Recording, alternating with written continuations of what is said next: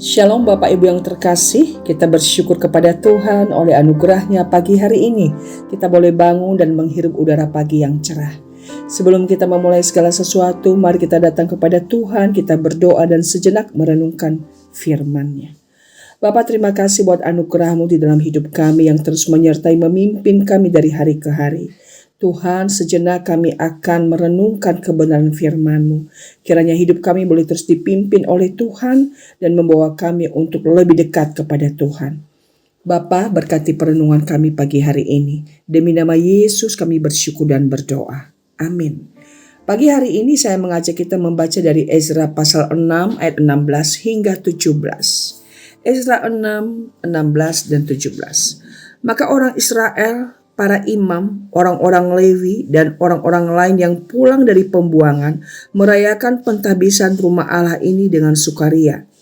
Untuk pentahbisan rumah Allah ini, mereka mempersembahkan lembu jantan 100 ekor, domba jantan 200 ekor, dan anak domba 400 ekor. Juga kambing jantan sebagai korban penghapus dosa bagi seluruh orang Israel, 12 ekor menurut bilangan suku Israel. Demikian jauh pembacaan firman Tuhan. Saudara, bangsa Israel akhirnya dapat meresmikan kembali Bait Allah setelah masa pembuangan yang panjang dan penuh air mata. Peristiwa ini bukan sekedar peresmian sebuah bangunan, tetapi kesaksian bahwa Allah tetap setia memegang umatnya meskipun mereka pernah gagal dan jatuh dalam dosa. Pemulihan ini bukan terutama karena kekuatan atau kesalehan Israel, melainkan karena anugerah dan perjanjian Allah yang tidak berubah. Tuhan tetap bekerja bahkan ketika umatnya hancur oleh konsekuensi dosa mereka sendiri.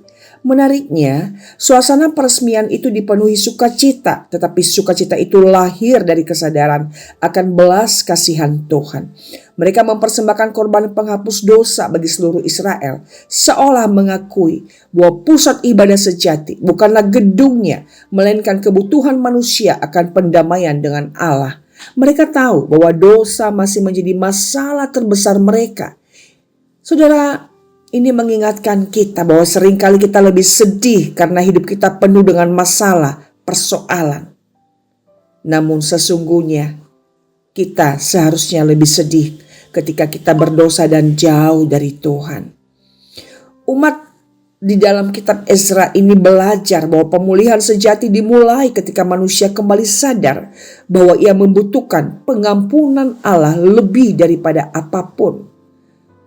Bangsa yang baru kembali dari pembuangan seharusnya hidup di dalam trauma secara logika karena mereka mengalami ketakutan, rasa kecil hati. Mereka bukan bangsa yang besar lagi. Bait Allah yang baru bahkan tidak semegah zaman Salomo, tetapi mereka tetap bersuka cita. Mengapa? Karena pengharapan mereka tidak lagi bertumpu pada kemegahan lahiriah, melainkan pada kehadiran Tuhan di tengah mereka.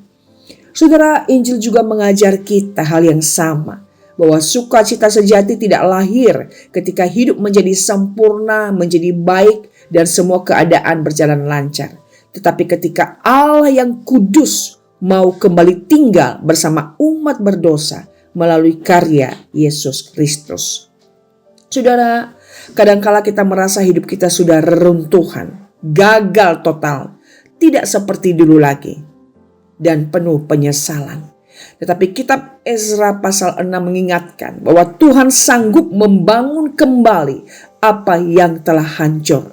Dan ketika Tuhan memulihkan, Ia bukan hanya memperbaiki keadaan luar, tetapi menarik hati kita kembali untuk menyembahnya dengan sukacita dan kerendahan hati. Saudara, kiranya kebenaran firman Tuhan ini boleh kembali mengingatkan kita bahwa Tuhan sanggup memulihkan keadaan kita. Dan ketika Tuhan sudah berkarya kembali dalam hidup kita, hendaknya kita senantiasa sadar bahwa itu adalah karena anugerah Tuhan semata. Kiranya Tuhan menolong kita untuk terus hidup seturut dengan kehendak Tuhan. Mari kita berdoa. Bapa, terima kasih buat perenungan ini. Kembali Engkau mengingatkan kami bahwa di dalam reruntuhan Engkau sanggup membangun kembali hidup kami yang gagal, yang hancur karena dosa, karena pelanggaran. Ini hidup kami. Engkau penjunan kami, Dan apapun masalah yang kami alami, kami percaya di sana Tuhan sanggup berkarya. Berikan kami hati yang terus berserah dan mau dibentuk oleh Tuhan. Sehingga hidup kami boleh terus dibentuk menjadi pribadi yang memperkenan hati Tuhan. Berkati kami sepanjang hari ini Tuhan.